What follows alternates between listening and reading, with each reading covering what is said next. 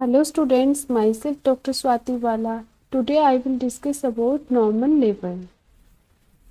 आज हम लोग जो पॉइंट डिस्कस करेंगे उसमें जो सबसे पहला पॉइंट है वो है definition of normal labour, abnormal labour, cause of the onset of labour, false labour pain, true labour pain, free labour, lightening, show and bag of water. तो डेफिनेशन में क्या है? Series of events that take place in the genital organs in an effort to expel the viable product of conception out of the वर्म through the vagina into the outer world is called labour. तो इसका मतलब है कि genital organ पे series of event, मतलब एक के बाद एक इवेंट हो रहा है। क्यों? In an effort to expel the viable product, मतलब ये एक एफर्ट हो रहा है टू एक्सपेल करने के लिए जो वाइबल फीटस है out of the uterus through the vagina into outer world. मतलब एक सीरीज ऑफ इवेंट है जो जेनिटल ऑर्गन पे हो रहा है। क्यों? किस लिए? क्योंकि एक्सपेल करना है जो फीटस है थ्रू द वेजाइना, उसी को जो है नॉर्मल लेबर जो है कहते हैं। नेक्स्ट है कि डिलीवरी। अब डिलीवरी और लेबर में क्या डिफरेंस है? तो डिलीवरी का मतलब है इज द एक्सपल्शन और extraction of a viable foetus out of the वर्म। डिलीवरी वाई सिजेरियन सेक्शन भी हो सकती है, डिलीवरी जो है थ्रू वेजाइनली भी हो सकती है। तो डिलीवरी जो है सिर्फ एक्सपल्शन या एक्सट्रैक्शन जो है फीटस को आउट ऑफ द यूट्रस, बस इतना ही है। It is not synonymous with the labour, ये लेबर के साथ जो है सेम एज लेबर नहीं है। Delivery can take place without labour as an elective caesarean section. Delivery with और विदाउट लेबर पेन भी हो सकती है। अब इसके बाद है कि नॉर्मल लेबर क्या है, तो इसको हम लोग यूटोशिया भी कहते हैं। तो labour is called normal if it fulfils the following criteria. Labour को हम नॉर्मल तब कहेंगे जब वो फुलफिल करेगी जो हमने क्राइटेरिया लिखे हैं।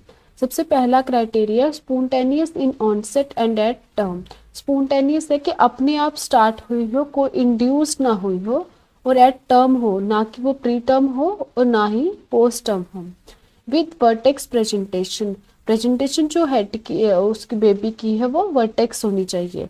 विद अनड्यू प्रोलोंगेशन, मतलब उसमें जो है अननेसेसरी जो है टाइम ड्यूरेशन ज़्यादा नहीं होनी चाहिए। जितना जैसे फर्स्ट स्टेज ऑफ लेबर या सेकंड स्टेज ऑफ लेबर के लिए जो टाइम पीरियड बोला गया उसी के ड्यूरेशन की होनी चाहिए।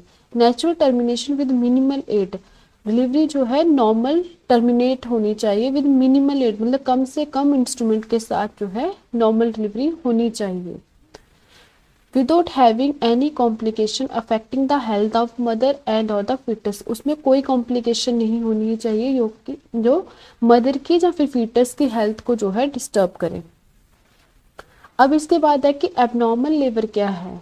एबनॉर्मल लेबर को हम डिस्टोशिया कहते हैं। Deviation, any deviation from the definition of normal labour is called abnormal labour. जितनी हमने पहले बताए हैं चीजें, अगर उनमें से कोई भी पॉइंट डिविएट है, जो कोई भी पॉइंट मिस है, तो उसको क्या कहेंगे? Abnormal labour. जैसे हम मान सकते हैं विद वर्टेक्स प्रेजेंटेशन ना होके ब्रीच प्रेजेंटेशन है तो वो एबनॉर्मल लेबर है। अनड्यू प्रोलॉन्गेशन हो रहा है, प्रोलॉन्ग लेबर है, तो वो एबनॉर्मल लेबर है। स्पॉन्टेनियसली ऑनसेट नहीं हुआ है, उसे इंड्यूस करवाया गया है, तो भी वो एबनॉर्मल लेबर है। Thus, labor in case with the presentation other than the vertex or having some complication even with the vertex presentation which affect the course of labor or modifying the nature of termination or adversely affecting the maternal and or fetal prognosis is called abnormal labor. जरूरी नहीं है कि जो vertex presentation है वो सारी ही क्या हो? नॉर्मल लेबर हो। अगर वर्टेक्स प्रेजेंटेशन के साथ भी कोई कॉम्प्लिकेशन है जो एडवर्सली इफेक्ट कर रही है the health of the mother और फीटस, या फिर क्या हो रहा है कि वर्टेक्स प्रेजेंटेशन के साथ भी टर्मिनेशन का मेथड चेंज हो रहा है, जैसे कि उसमें जो है नॉर्मल लेबर प्रोग्रेस नहीं कर रही है, सिजेरियन करना पड़ रहा है, तो भी वो क्या हो जाएगी? Abnormal labour. अब है कि कॉज क्या है ऑनसेट ऑफ लेबर की, लेबर कैसे स्टार्ट हो जाती है। तो इसके लिए 3 फैक्टर जो है रिस्पॉन्सिबल है। सबसे पहले है foetus, placenta and mother. Foetus में क्या है कि जैसे जैसे मेच्योरिटी होती है, फीटस के हाइपोथैलेमस जो ग्लैंड है वो क्या करती है? सीआरएच को प्रोड्यूस करती है। तो इससे क्या होता है, जो फीटल पिट्यूटरी है वो रिलीज करती है एसीटीएच। ACTH जो है फीटल एड्रिनल पे एक्ट करता है और उससे क्या करता है, फीटल एड्रिनल से एस्ट्रोजन की प्रोडक्शन को और साथ में कॉर्टिसोल की प्रोडक्शन को बढ़ा देता है। इसी तरह से प्लेसेंटा में क्या होता है कि एट टर्म क्या होने लगता है, प्लेसेंटा में ऑक्सीटोसिन का कंटेंट जो है इंक्रीज होने लगता है, प्रोस्टाग्लैंडिन इंक्रीज होते हैं और प्रोजेस्टेरोन का जो वो है वैल्यू है वो धीरे धीरे करके कम होने लगती है। नेक्स्ट है मदर। तो मदर में क्या फैक्टर इन्वॉल्व हो रहे हैं, तो मदर के हाइपोथैलेमस से जो पोस्टीरियर पिट्यूटरी ग्लैंड है वहां से ऑक्सीटोसिन स्क्रीट होने लगता है, ऑक्सीटोसिन रिलीज होता है। तो ऑक्सीटोसिन क्या करता है, जो इंक्रीज करता है myometrial receptors on the uterus, uterus के ऊपर मायोमेट्रियल रिसेप्टर जो रहते हैं वो क्या करते हैं, इंक्रीज हो जाते हैं, जो रिलीज करते हैं प्रोस्टाग्लैंडिन को, ऑक्सीटोसिन को, ठीक है, और इंक्रीज करते हैं रेसिड्यूल रिएक्शन को। तो ये सारे फैक्टर जो क्या करते हैं, यूट्राइन कॉन्ट्रैक्शन को इंक्रीज करते हैं और इससे ही लेबर जो है इनिशिएट हो जाती है। अब हम डिस्कस करेंगे कि वो उसमें इलेबोरेटली हम डिस्कस करेंगे कि क्या क्या फैक्टर जो थे वो इन्वॉल्व हो रहे थे उसको इनिशिएट करने के लिए लेबर। तो पहला ही है यूट्राइन डिस्टेंशन। तो stretching effect on the myometrium, जैसे जैसे फीटस जो है ग्रो करता जाता है तो उसका जो है स्ट्रेचिंग इफेक्ट पड़ता है मायोमेट्रियम पे, और वो क्या करती है कि onset of the labour pain, जैसे ही वो स्ट्रेच होती है उससे क्या हो जाता है, प्रोस्टाग्लैंडिन जो है वहां से रिलीज करते हैं, तो उस वजह से लेबर जो है इनिशिएट होती है। तो इसका मतलब है जो बेबी ट्विन प्रेगनेंसी होगी जहाँ पे पॉलीहाइड्रोमिनोस जो बेबी है उस पे जो लेबर है वो पहले स्टार्ट हो जाती है। सेकेंड है फीटोप्लेसेंटल कॉन्ट्रीब्यूशन, मतलब फीटस और प्लेसेंटा क्या कॉन्ट्रीब्यूट करता है इनिशिएट करने के लिए लेबर। तो cascade events activate foetal hypothalamic pituitary to onset of the labour, जिससे क्या होता है increased CRH which release of the ACTH hormone, और वो एक्ट करता है फीटल एड्रिनल्स पे, उससे क्या होता है इंक्रीज कॉर्टिसोल सिक्रीशन, और वो क्या करता है accelerated production of oestrogen and prostaglandin from the placenta. अब नेक्स्ट है कि एस्ट्रोजन क्या वर्क करता है टू इनिशिएट द लेबर। तो सबसे पहले क्या करता है, oestrogen increase the release of the oxytocin from the maternal pituitary. जो एस्ट्रोजन का लेवल इंक्रीज हो रहा है वो क्या करता है कि ऑक्सीटोसिन जो रिलीज कर रहा है मैटरनल पिट्यूटरी से उसको इंक्रीज कर देता है। दूसरा क्या होगा, promote the synthesis of the myometric receptor for oxytocin 100 to 200 folds prostaglandins and increase in gap junction in the myometrial cells। Second क्या वो कर रहा है कि वो मायोमेट्रिक रिसेप्टर जो ऑक्सीटोसिन के लिए यूट्रस पे है उसके नंबर को इंक्रीज कर देता है, 100 to 200 फोल्ड इंक्रीज करता है, और साथ में प्रोस्टाग्लैंडिन जो है रिलीज करता है जिससे इनिशिएट होती है लेबर पेन। नेक्स्ट है कि accelerate lysosomal disintegration in the decidual and amnion cell resulting in increase prostaglandin synthesis. Next increase the excitability of the myometrial cell membranes. अब इसके बाद है कि प्रोजेस्टेरोन क्या रोल प्ले कर रहा है। तो जैसे जैसे increase foetal production of the dihydro androsterone sulfate and cortisol inhibit the conversion of the fetal pregnenolone to progesterone। जो फीटल के प्रोडक्शन हो रही है कॉर्टिसोल की या डाइहाइड्रो एंडोस्टेरोन सल्फेट की जो प्रोडक्शन हो रही है वो धीरे धीरे क्या करते हैं, इनहिबिट करते हैं जो फीटल प्रेग्नेनोलोन है उसको प्रोजेस्टेरोन में कन्वर्ट करने के लिए उसको इनहिबिट कर देते हैं। तो धीरे धीरे before the onset of labour progesterone का लेवल जो है धीरे धीरे बॉडी में लो होना स्टार्ट हो जाता है। तो अल्ट्रेशन जैसे ही होगा एस्ट्रोजन और प्रोजेस्टेरोन की रेशो में अल्ट्रेशन वो हो जाएगा, कम हो जाएगा जैसे ही प्रोजेस्टेरोन। तो प्रोजेस्टेरोन जैसे ही कम होगा तो वो क्या कर देगा, प्रोस्टाग्लैंडिन के सिंथेसिस को इंक्रीज कर देगा। अब नेक्स्ट है कि प्रोस्टाग्लैंडिन जो है वो क्या रोल कर रहे हैं इसमें। तो प्रोस्टाग्लैंडिन ही इंपॉर्टेंट फैक्टर है जो इनिशिएट करते हैं और साथ में मेंटेन करते हैं लेबर पेन को। तो प्रोस्टाग्लैंडिन कहाँ कहाँ से रिलीज हो सकते हैं, तो प्रोस्टाग्लैंडिन जहाँ तो एमिनोइन से, कोरियोइन से, या फिर डेसिडुअल सेल या फिर मायोमेट्रियम से रिलीज होते हैं।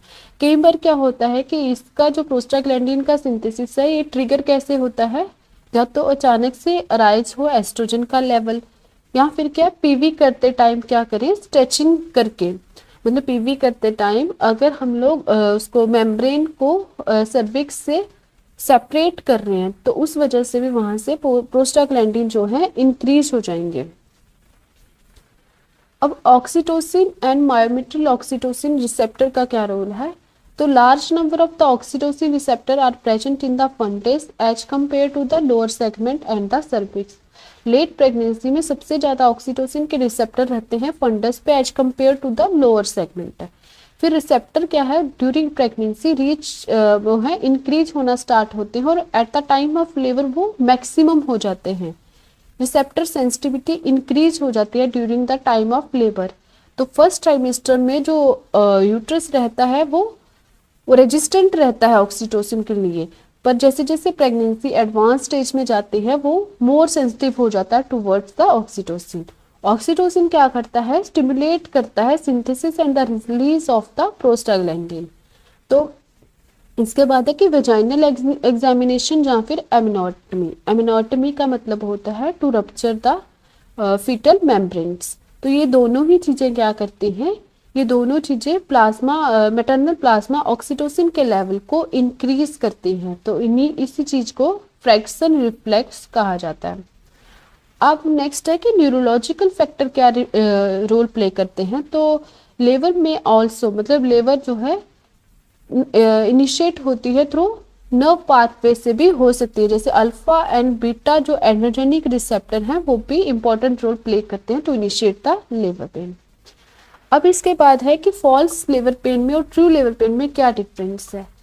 तो फॉल्स लेबर पेन को हम सुपेरियस लेबर भी कह सकते हैं। तो ये मोस्टली फाइंड होती है प्राइमी ग्रेविडा में, लेस इन पेरिस वुमेन में। तो ये जो प्राइमी ग्रेविडा है उसमें जो वो है फॉल्स लिवर पेन है वो 1 to 2 वीक पहले ही स्टार्ट हो जाती है, जबकि जो मल्टीपेरा रहती है जिसके 2-3 बार प्रेगनेंसी हो चुकी है उससे 2-3 दिन पहले ही स्टार्ट होती है। तो ये पेन क्यों होती है फॉल्स लिवर pain? Due to stretching of the cervix and the lower uterine segment. ये दोनों जब स्ट्रेच हो रहे होते हैं तो उसी वजह से क्या होता है फॉल्स लिवर पेन जो है स्टार्ट होती है।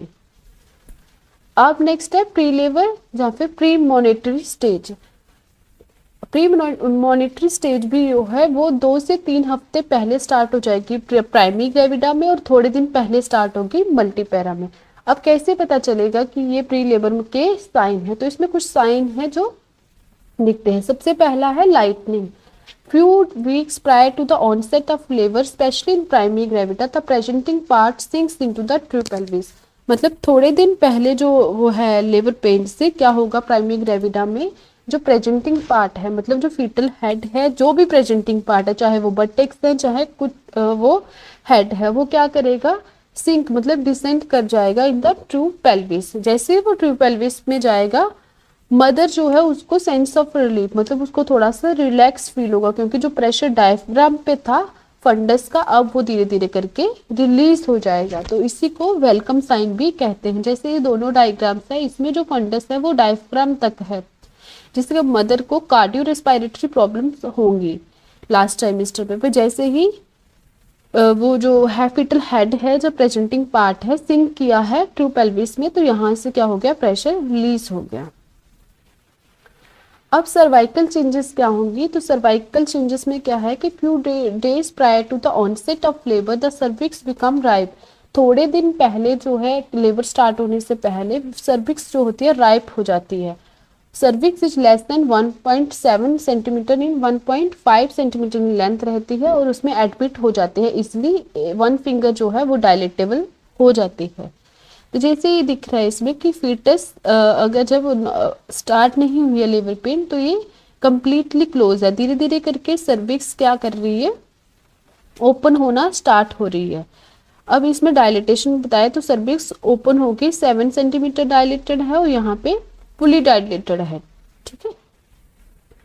अब इसके बाद है कि ट्रू लेबर पेन और फॉल्स लेबर पेन में क्या डिफरेंस है। तो ट्रू लेबर पेन क्या है? तो इसमें क्या है यूट्राइन कॉन्ट्रैक्शन जो होती है वो एक रेगुलर इंटरवल पे आती है, मतलब अगर 2-2 मिनट बाद आ रही है तो 2-2 मिनट बाद ही आएंगी और इसकी फ्रिक्वेंसी जो है वो धीरे धीरे करके बढ़ती जाएगी। नेक्स्ट है कि intensity and the duration of contraction progressive रहेंगी, मतलब अगर एक बार ये है कि अगर 1.5 मिनट के लिए कॉन्ट्रैक्शन आई है तो दूसरी बार 2 मिनट के लिए आएंगे, फिर 2.5 मिनट के लिए, ऐसे ऐसे करके प्रोग्रेस करेगी। ठीक है। एसोसिएटेड विद द शो क्या है, म्यूकस प्लग जो है उसके एक्सपेल वो भी एक्सपेल होगा साथ में ट्रू लेबर पेन में। तो इसमें progressive effacement and dilatation of cervix, लगातार ट्रू लेबर पेन में क्या होगा, इफेसमेंट भी होगी और डायलेटेशन भी धीरे धीरे करके सर्विक्स का होना स्टार्ट हो जाएगा।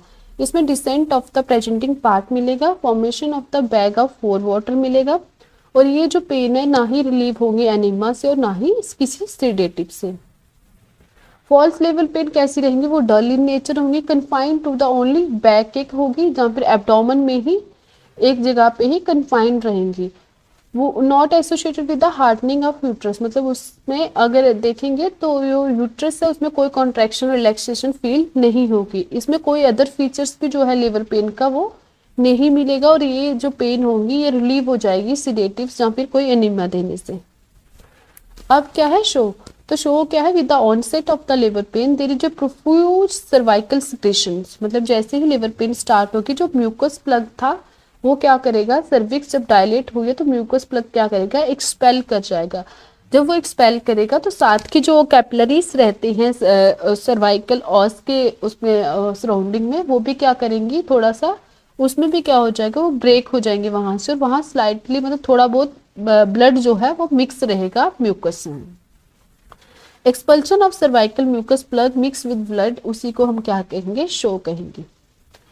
नेक्स्ट है dilatation of the internal os, जैसे जैसे लेबर पेन जो है प्रोग्रेस करना स्टार्ट होगी, जो सर्वाइकल कैनाल है begin to dilate more in the upper part than in the lower part, में ज़्यादा जो है वो अपर सेगमेंट में होगी और सर्विक्स वाले पार्ट में वो कम डायलेटेड होगी। अब है formation of bag of water, due to stretching of the lower uterine segment, the membranes are detached easily because of its loose attachment to the poorly formed decidua। मतलब जैसे जैसे stretching होगी lower uterine segment की, तो जो membranes रहेंगी वो detach होना मतलब सेपरेट होना स्टार्ट हो जाएगी। With the dilatation of cervical canal the lower pole of the fetal membrane become unsupported, जो लोअर पोल पे वो रहेंगी मेम्ब्रेन रहेंगी वो अनस्पोर्टेड होंगी, तो वो क्या हो जाएंगे, tends to bulge into the cervical canal में वो क्या हो जाएंगे, वल्ज हो जाएंगे। तो इससे क्या होगा कि दो पार्ट में डिवाइड हो जाए, जो एक तो फीटल हेड के आगे जो मेम्ब्रेन्स रहेंगी जिसमें लाइकर रहेगा वो रहेगा फोर वाटर, और जो फीटस वाली साइड पीछे उसके बैक साइड रहेगा वो बन जाएगा हिंड वाटर के टाइप का। नेक्स्ट है during uterine contraction with the consequent rise of the intra amniotic pressure this wire becomes tense and convex हो जाएगा, और after the contraction pass off the bulging may disappear completely, this is almost a certain sign of the onset of the labour. जैसे इस diagram में दिखाया गया है, तो जैसे जैसे कॉन्ट्रैक्शन स्टार्ट हो रही है तो ये एमिनोटिक जो बैग बना हुआ है यहाँ क्या है, फोर वाटर, मतलब वो क्या करेगा, एक तो प्रिवेंट करेगा जो इंट्राइमिनोटिक प्रेशर इंक्रीज हो रहा है तो उससे प्रिवेंट करेगा क्योंकि हेड को कोई इंजरी ना हो। ठीक है। नेक्स्ट इसमें देखो तो दो पार्ट में डिवाइड हो चुका है, ये ऊपर वाला अपर यूट्राइन सेगमेंट है, ये लोअर यूट्राइन सेगमेंट है, दो पोल में डिवाइड है। तो फिटल हेड के आगे क्या है, ये जो एमनोटिक बैग की तरह है, लग रहा है वल्जिंग लग रही है हमें, इसी को हम फोर वाटर कहेंगे। ये भी इंडिकेट करता है कि लेबर पेन जो है ये स्टार्ट हो चुकी है। अगर कोई डाउट हो तो मुझे कमेंट करके पूछ सकते हैं आप लोग। Thank you for watching.